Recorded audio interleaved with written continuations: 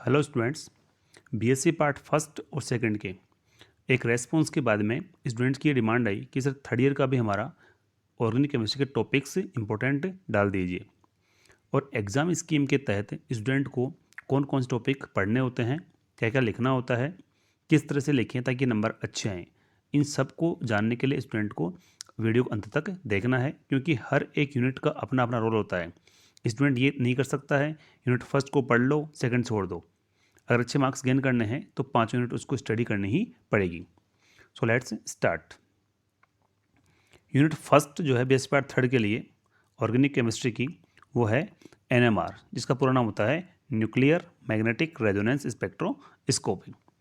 यहाँ टॉपिक बहुत सारे होते हैं, बट अपन वो टॉपिक लेकर चल रहे हैं या उनका डिस्कस करेंगे जो कि मेनली एग्जाम में पूछे जाते हैं और वहाँ से क्वेश्चन बनने के चांसेस पूरे पूरे होते हैं। सेकंड थिंग ये है कि स्टूडेंट को मैं पहले भी ये बात हिंट कर चुका हूँ, ऑर्गेनिक केमिस्ट्री के अंदर बिना एग्जाम्पल कोई भी क्वेश्चन हल नहीं करना है, सॉल्यूशन नहीं करना है, क्योंकि अपन जिस तरह से एग्जाम्पल देंगे एग्जामिनर की नज़र सीधी उस पर जाती है और वो ये सोचता है कि हाँ स्टूडेंट एग्जाम्पल अच्छा दे रखा है तो उस अकॉर्डिंग आपको मार्किंग भी मिल जाती है। सो ये ट्राई करनी स्टूडेंट को कि वो बिना एग्जाम्पल अपना कोई भी आंसर कॉपी में राइट नहीं करे। यहाँ टॉपिक आता है पहला, सील्डिंग एंड डीसील्डिंग इफेक्ट। हिंदी में बोलते हैं इसको परिरक्षण एंड विरक्षण प्रभाव।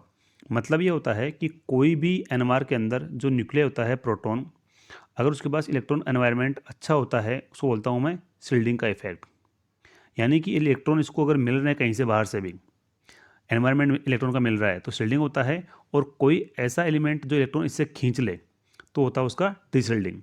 इन सब के लिए स्टूडेंट को प्रॉपर एग्जाम्पल बुक में दिए हुए हैं, वहाँ से एग्जाम्पल सर्च करके लिखना होता है। दूसरा टॉपिक है केमिकल शिफ्ट, रासायनिक विस्थापन। मतलब ये होता है कि एनएमआर में जो स्केल चलती है 0 से लेके और 10 तक, डेल्टा पीपीएम में या फिर टो के अंदर, उसके अंदर जो 0 से शिफ्टिंग होती है वो कैसे कैसे डिपेंड किस पे करती है, इसका जिक्र इसमें करना होता है। नेक्स्ट टॉपिक इसके अंदर है जो कि बहुत इंपॉर्टेंट है, और टॉपिक है स्पिन स्पिन स्प्लिटिंग। मतलब ये होता है कि कोई भी कार्बन पे जो प्रोटॉन होता है एडजेसेंट कार्बन के ऊपर, वो स्प्लिट होके कितने कितने नंबर ऑफ सिग्नल्स देता है। फॉर एग्जांपल मान लीजिए 2 कार्बन है और यहाँ प्रोटॉन है और मान लीजिए यहाँ पर प्रोटॉन है, तो ये प्रोटॉन इससे स्प्लिट होके कितने सिग्नल देता है। May be singlet, may be doublet, may be triplet, quartet, इस तरह से आपको डिस्कशन करना होता है। और साथ में इन प्रोटॉन की डेल्टा वैल्यू या टो वैल्यू भी लिखनी होती है। अगेन मैं बोल रहा हूँ स्टूडेंट को कि बिना एग्जाम्पल अपने को अपना आंसर रिपीट नहीं करना होता है, लिखना नहीं होता है। नेक्स्ट है कपलिंग कांस्टेंट या फिर युग्मन स्थिरांक। इसके 3 टाइप होते हैं और तीनों टाइप को स्टूडेंट को एग्जाम में डिस्कस करना होता है।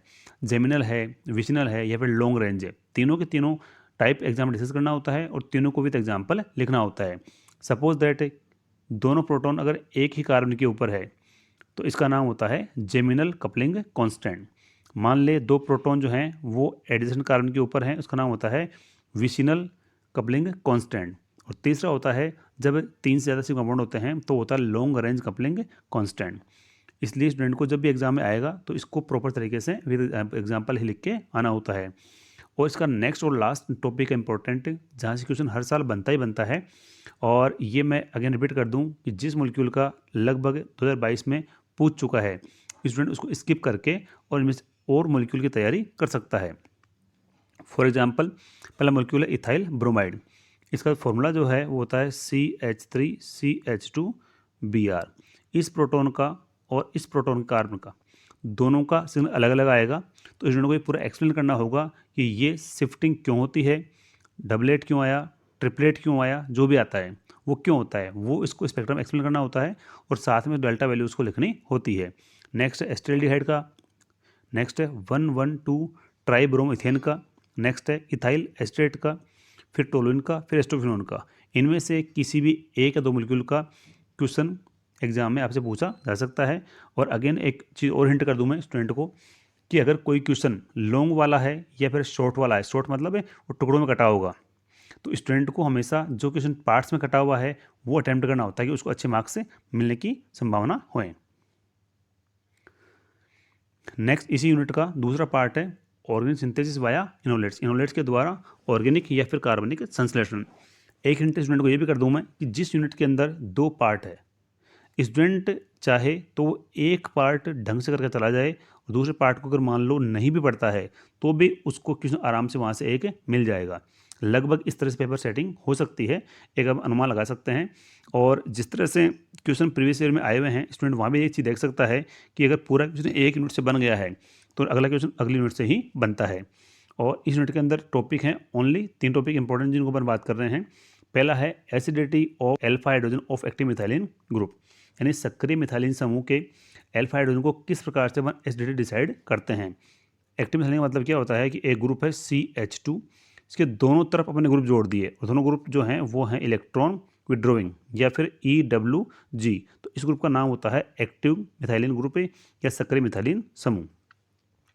दूसरा है क्लेजन कंडेंसेशन, यानी क्लेजन संघनन अभिक्रिया किस प्रकार से कंप्लीट होती है, इसको भी स्टूडेंट को लिखना होता है। पहले जनरल इसका सबस्ट्रेट कौन है, फिर रिएजेंट कौन है, फिर जनरल रिएक्शन कौन है, कैसी होगी, फिर रिएक्शन मैकेनिज्म और लास्ट में इसका ओवरऑल एप्लीकेशन। इस तरह से स्टूडेंट को लिखना आना होता है। और नेक्स्ट और लास्ट टॉपिक इंपॉर्टेंट है जो है कीटो इनोल टोटोमेरिज्म में, कि किस प्रकार से एक कीटो फॉर्म मीडियम बेसिक में या एसिडिक के अंदर इनोल फॉर्म के साथ इक्विलिब्रियम में रहती है।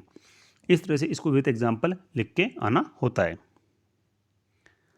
नेक्स्ट है यूनिट नंबर 2, इसका नाम है हेट्रोसाइक्लिक केमिस्ट्री। इस पूरी यूनिट में हेट्रोसाइक्लिक कंपाउंड बारे में डिस्कशन किया गया है और वो अलग अलग पार्ट्स में करा हुआ है। जैसे पहला एग्जाम्पल जो आता है वो है पायरोल, फ्यूरेन और थायोफिन। ये तीनों कैटेगरी आती है अंडर 5 मेंबर्ड एरोमेटिक हेट्रोसाइकल्स के अंदर। दूसरा है पिरिडीन, ये आती है 6 मेंबर्ड के अंदर। नेक्स्ट है इंडोल। इंडोल जो होता है वो होता है बेंजो फ्यूज्ड 5 मेंबर्ड कंपाउंड, जिसमें नाइट्रोजन रिंग पाई जाती है 5 मेंबर्ड के अंदर। और इसका एक फेमस सिंथेसिस है फिशर इंडोल सिंथेसिस। स्टूडेंट को एक स्पेशल इंटीमेशन है कि वो इसको कम से कम देख के जाएंगे, ये एग्जाम में चांसेस आने के होते हैं क्योंकि वो बाई नेम आपसे पूछता है। और नेक्स्ट और लास्ट है जहाँ पर 6 मेंबर रिंग होंगी दोनों, क्विनोलिन एंड आइसोक्विनोलिन, इनके अंदर एक रिंग पाई जाएगी बेंजीन, एक रिंग पाई जाएगी सिंपली पिरिडीन, लाइक दिस। तो स्टूडेंट को ये भी ध्यान रखना होता है कि उसको प्रॉपर संरचना आनी चाहिए चीज़ की कि कैसे कैसे एग्जाम में आपको ड्रॉ करना होता है। नाइट्रोजन अगर यहाँ प्रेजेंट है तो वो कहलाएगा क्विनोलिन, और नाइट्रोजन का मान लो यहाँ प्रेजेंट हो कहलाएगा आइसोक्विनोलिन, यानी ये इसका ही पोजिशनल आइसोमर होता है। अब इस यूनिट में क्वेश्चन कैसे कैसे आ सकते हैं उनकी चर्चा करेंगे अपन। अब पहला है सिस्टमेटिक नोमेनक्लेचर, इसका नाम होता है Hantzsch Widman system of nomenclature. वहाँ से 5 मेंबर्ड रिंग के लिए क्वेश्चन एग्जाम में बहुत सारे आए हुए हैं, स्टूडेंट उनको देख के जाएंगे और उस पैटर्न पे क्वेश्चन आने के चांसेस पूरे होते हैं। दूसरा है मेथड ऑफ सिंथेसिस, ये बात मैं पहले बोल चुका हूँ स्टूडेंट को कि मेथड ऑफ सिंथेसिस के अंदर जो नेम रिएक्शंस के अकॉर्डिंग दे रखे हैं, जैसे अपने ऊपर ने बात करी अपन ने फिशर इंडोल सिंथेसिस, मान लो एक है स्क्रैप सिंथेसिस, मान लो एक है बिस्लर नेपेरास की सिंथेसिस, तो ये ऐसे सिंथेसिस हैं जो कि एग्जाम में बाई नेम पूछे जाते हैं। तो जो सिंथेसिस एग्जाम में पहले पूछे हुए हैं 22 के अकॉर्डिंग, उनको आप देख के उस अकॉर्डिंग प्रिपरेशन कर सकते हो। और नेक्स्ट और लास्ट इंपॉर्टेंट है वो केमिकल रिएक्शन, उसमें 2 रिएक्शन इंपॉर्टेंट है, electrophilic and nucleophilic substitution reaction. Electrophilic nucleophilic दोनों रिएक्शन बहुत इंपॉर्टेंट है और ये भी स्टूडेंट देख के जाएंगे। उसके अंदर हेलोजनेशन है, नाइट्रेशन है, एल्काइलेशन है या फिर फॉर्मेलेशन है। ये 4 रिएक्शन बता रहा हूँ मैं, ये चारों लगभग एग्जाम में आपसे पेपर में पूछी जा सकती है। नेक्स्ट है यूनिट नंबर 3, इसका नाम है कार्बोहाइड्रेट्स। इसके लिए पहला टॉपिक जो आता है वो आता है क्लासिफिकेशन ऑफ कार्बोहाइड्रेट या फिर सेकेराइड, यानी कितने कितने प्रकार इनके होते हैं। तो मान लीजिए मोनोसेकेराइड है, वो डाइसेकेराइड है, वो ओलिगोसेकेराइड है या फिर पॉलीसेकेराइड है।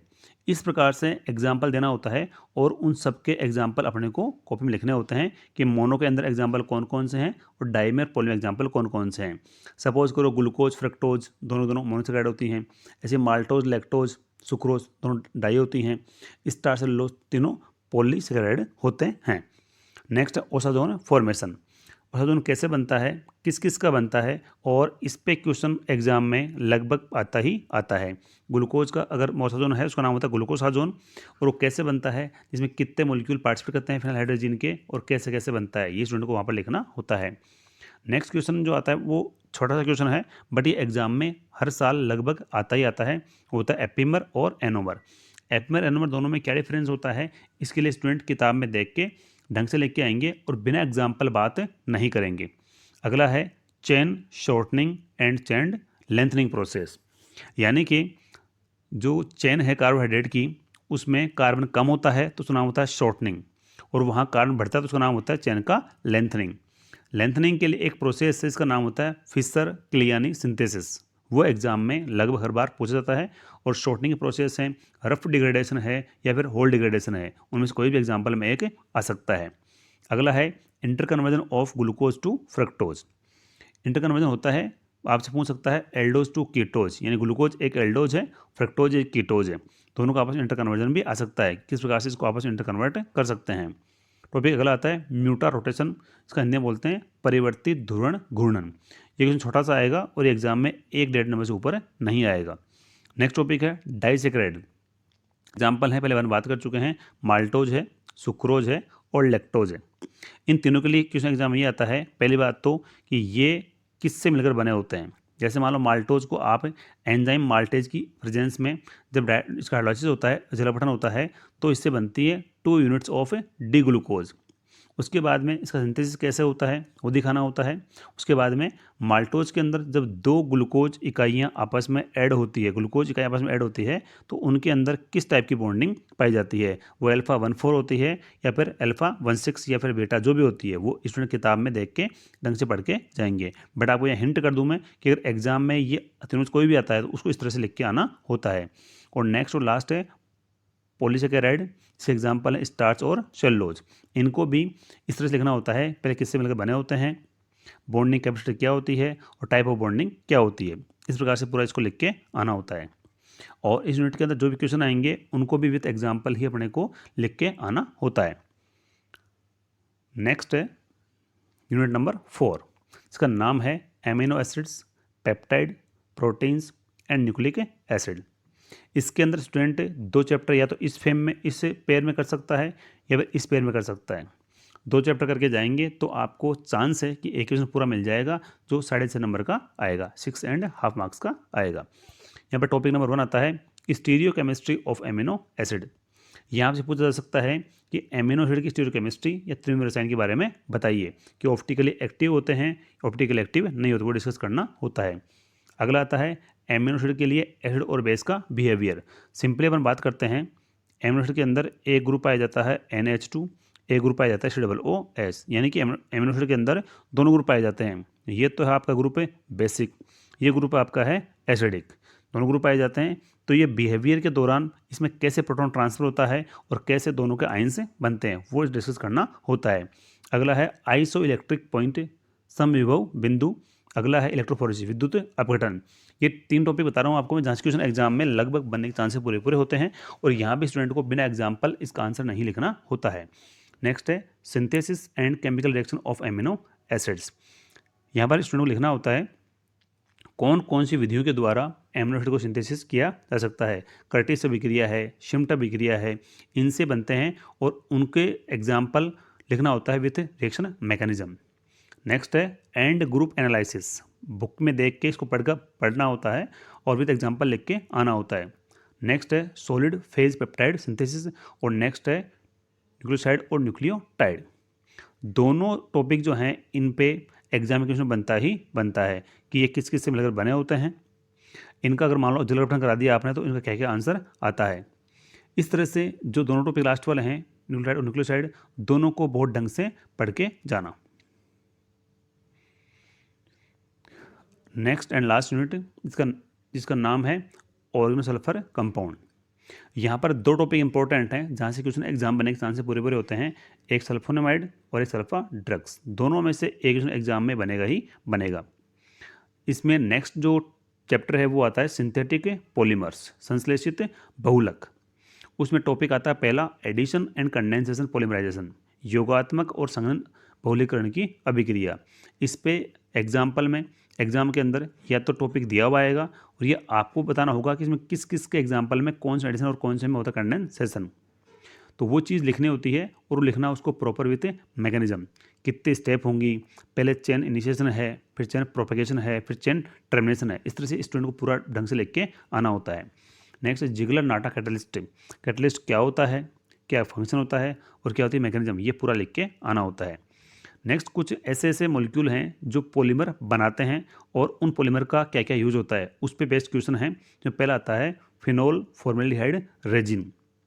ये ऐसा बहुलक होता है, ऐसा पॉलीमर होता है जिसको अपन शॉर्ट में बेकेलाइट बोलते हैं, जिससे इलेक्ट्रिक स्विच, मोबाइल के स्विच की चार्जेज, ये सब चीज़ उससे बनती हैं। तो इसको पूरा डिस्कस करना होता है, ये किससे मिलकर बना होता है, क्या क्या टेम्परेचर होता है और उसका नाम क्या होता है, ये पूरा स्टूडेंट को ढंग से लिख के आना होगा विथ स्ट्रक्चर। अगला है पॉलीएमाइड। स्टूडेंट को पता होगा कि पॉलीएमाइड कैसे बनते हैं, बाय रिएक्शन ऑफ एसिड और एमीन, और पॉलीएमाइड उससे जनरेट हो सकता है। जैसे एग्जांपल नायलॉन 6 है और नायलॉन 66 है, दोनों पॉलीएमाइड होते हैं जो स्टूडेंट को एग्जाम में मिल सकता है, पूरे चांसेज होते हैं। टॉपिक अगला है नेचुरल एंड सिंथेटिक रबर, प्राकृतिक संश्लेषित रबर। इन दोनों पे भी क्वेश्चन एग्जाम में बनता है। गट्टा पार्थ रबर है, एस बूना है, तो वो क्वेश्चन एग्जाम में स्टूडेंट को मिल सकता है। नेक्स्ट इस यूनिट के अंदर लास्ट चैप्टर होता है, वो है केमिस्ट्री ऑफ डाइज, रंजक का रसायन। इसके अंदर पहले बात तो ये स्टूडेंट 2022 का पेपर देख ले एक बार, जो डाई 22 में पूछी हुई है उसको स्टूडेंट एक बार स्किप आउट कर सकता है और उसके अलावा 2-3 डाई पढ़ के जाए ताकि उसको एक आराम से वहाँ पर मिल जाए। एग्जाम्पल यहाँ पर है methyl red, Congo red, malachite green, phenolphthalein और इंडिगो। ये 4 से 5 डाइज हैं जिनको स्टूडेंट ढंग से पढ़ के जाएंगे। और यहाँ भी हमें लिखना होता है अपने को डाइज का मतलब क्या होता है, कौन सा ग्रुप पाया जाता है और किस प्रकार का इसके अंदर ओवरऑल ट्रांजिशन होता है और क्यों डाई ये कलर शो करती है, ये सब स्टूडेंट को वहाँ पर एक्सप्लेन करना होता है।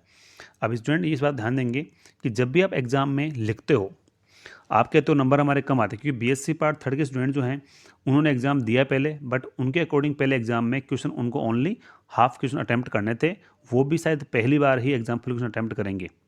तो स्टूडेंट एक बात ये ध्यान रखेंगे कि जो भी टाइम आपको दिया जाता है 3 आवर्स का, उस 3 आवर्स को आपको बहुत ही ढंग से काम में लेना होता है। क्वेश्चन 5 क्वेश्चन होंगे, 5 क्वेश्चन का टाइम डिवाइड इस तरह करेंगे ताकि वो पहला question with in time limit आराम से अटैम्प्ट कर सके। इस तरह नहीं है कि क्वेश्चन नंबर आपने 1 अटैम्प्ट करना चालू किया और आपने उसमें 1 घंटा खराब कर दिया, ये गलती कभी भी नहीं करनी है। एक सिंपल सा आपको मैं एक हिंट कर रहा हूँ, बाकी तो इसके लिए वीडियो एक अलग बना दूंगा मैं कि कौन कौन से ऐसे टिप्स हैं जहाँ से आपको अच्छे मार्क्स से मिल सकते हैं। पहला जो होता है कि क्वेश्चन नंबर 1 अगर आपने स्टार्ट कर लिया है, उसके लिए पहले आप ये फिक्स कर लें कि मुझे कितने पेज में कितना आंसर लिखना है, कितना टाइम पूरा हो जाना चाहिए। आपने डिसाइड किया 40 मिनट में अगर मुझे कंप्लीट करना है तो 40-45 तो जा सकते हो आप, बट ये नहीं कि आपने इसमें 1 घंटा या 1 आवर ख़राब कर दिया। इस तरह आप करोगे तो अगले क्वेश्चंस के लिए आपको टाइम नहीं मिलेगा, क्योंकि हर एक क्वेश्चन की अपनी अपनी लिमिटेशन, अपने अपने मार्क्स होते हैं। नंबर 2, जब भी क्वेश्चन अटैम्प्ट करोगे आपको 2 क्वेश्चन मिल सकते हैं। एक मिलता है आपको लॉन्ग क्वेश्चन, एक मिलता है आपको वो क्वेश्चन जिसके 4 से 5 पार्ट्स होते हैं। लॉन्ग क्वेश्चन अटैम्प्ट करने से पहले आप सोचें, क्योंकि वहाँ आप कितना भी लिख दो वहाँ पर टाइम ख़राब होगा आपका, फिर न आपकी मार्किंग अच्छी नहीं होगी। बट एक क्वेश्चन ऐसा जो पार्ट्स के अंदर है, मान लो इसके 4 या 5 पार्ट्स होते हैं, पहली बात तो आपका टाइम कम ख़राब होगा, और सेकंड थिंग इस क्वेश्चन में एक अच्छा फ़ायदा आपको ये है कि यहाँ पर आप मार्किंग आपको अच्छी मिलेगी। अगला टिप स्टूडेंट के लिए, जितने भी आप क्वेश्चन होते हो लिखते हो, कभी भी आपको एग्जाम क्वेश्चन को लिखना नहीं होता। क्वेश्चन नंबर डाल दो और वहाँ उसको छोड़ के आपको उसका आंसर राइट करना होता है। आंसर लिखते वक्त जितनी भी आपकी हेडिंग होती हैं वो सब आपको ब्लैक पेन से नोट करनी होती है, ताकि एग्जामिनर का सीधा फोकस जाए कि हाँ हेडिंग इसकी ये है। इसके अलावा आंसर के अंदर जो भी इंपॉर्टेंट टॉपिक्स होते हैं, इंपॉर्टेंट पॉइंट होते हैं, उनको ब्लैक पेन से अंडरलाइन करें ताकि एग्जामिनर का एक ध्यान वहाँ अट्रैक्ट हो और वो आपको नंबर अच्छे दे सकें। इसके अलावा अगर मान लो एक क्वेश्चन जो है, कोई भी क्वेश्चन है, उसके 2-3 पार्ट्स हैं, उन सबको आपको एक ही जगह या फिर एक साथ सेम पेज पे या फिर अगले पेज पे लिखना होता कंटिन्यूटी के अंदर। इस तरह नहीं करें स्टूडेंट कि एक क्वेश्चन तो कर दिया पेज नंबर 1 पे, एक कर दिया पेज नंबर 3 के ऊपर। एग्जाम में डिस्ट्रैक्ट होता है और जब उसका ध्यान डिस्टर्ब होगा तो वो हल्का सा इस चीज़ को नेगेटिव मान सकता है, तो ये सब गलती नहीं करें। और बीएससी पार्ट 3 के स्टूडेंट, अगर आपको कुछ भी ऐसा लगता है कोई टॉपिक के लिए इंपॉर्टेंट, भाई टॉपिक हमें समझ में नहीं आ रहा होता है, पढ़ने में दिक्कत हो रही है, तो आप अपना जो भी आंसर है कमेंट बॉक्स में डाल सकते हो ताकि आपकी उसमें हेल्प कर सकें हम। और कंटिन्यूटी के लिए इनऑर्गेनिक केमिस्ट्री का और फिजिकल केमिस्ट्री के वीडियो भी आपको मिल जाएंगे, टॉपिक कौन से इंपॉर्टेंट होते हैं। So get in touch with regular with our channel, और if you like all these topics please like and subscribe the channel.